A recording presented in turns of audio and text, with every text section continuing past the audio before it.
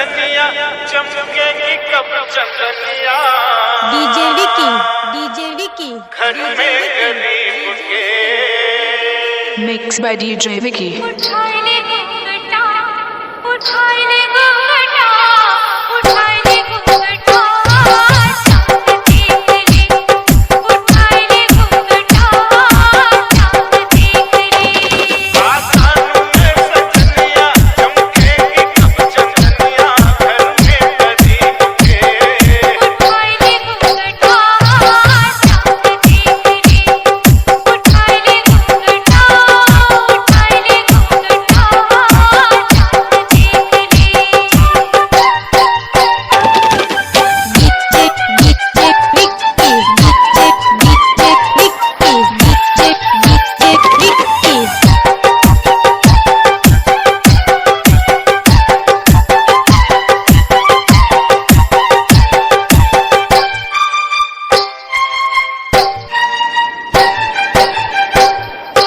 काश मेरे पास होती धरती।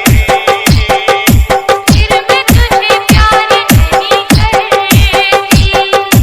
धरती से पैदा होता सोना। जिंदा नहीं देगा ये खिलाना। ये वक्त का है सोना, पैसे से नहीं होता, होता है प्यार से। मिलाइले नैनवा, मिलाइले नैनवा, मिलाइले नैनवा, प्यार खोल ले। उठाइले घुंघटा, उठाइले घुंघटा, चांद देख ले। Mixed by DJ Vicky.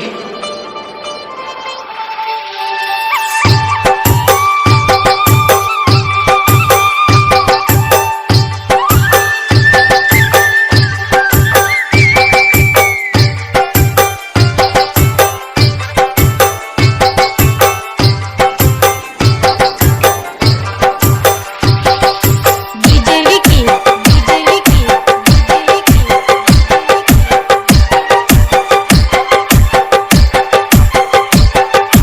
तोड़ के दीवार हम मिलेंगे, तोड़ के दीवार हम मिलेंगे। प्यार के ये फूल कब खिलेंगे। मैं हूँ यहाँ तू है कहाँ खोया, मैं हूँ यहाँ तू है कहाँ खोया। मैं कई रातों से नहीं सोया।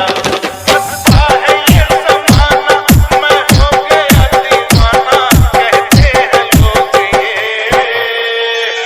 बुला ले बैल को, बुला ले बैल को, बुला ले बैल को, रूप पूछ ले। उठाइले घुंघटा, उठाइले घुंघटा, चांद देख ले। डीजे विकी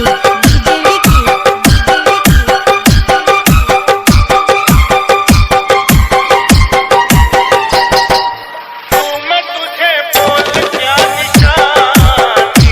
तेरा प्यार मेरी जिंदगानी, तेरा प्यार मेरी जिंदगानी। जो भी तुझे चाहिए बता दे। भैयों के हाथ मिला दे, भैयों के हाथ मिला दे। क्यों दूर खड़ा ऐसे, लटकी पड़ी हो जैसे डोरी पतंग से। उड़ाइले पतंग को, उड़ाइले पतंग को, डीजे विकी छोड़ छोड़ के। उड़ाइले पतंग को, छोड़ छोड़ के। आसमान में सजनिया चमकेगी कब चंदनिया। घर में गरीब के। उठाइले घुंघटा, उठाइले घुंघटा, उठाइले घुंघटा, चांद देख ले।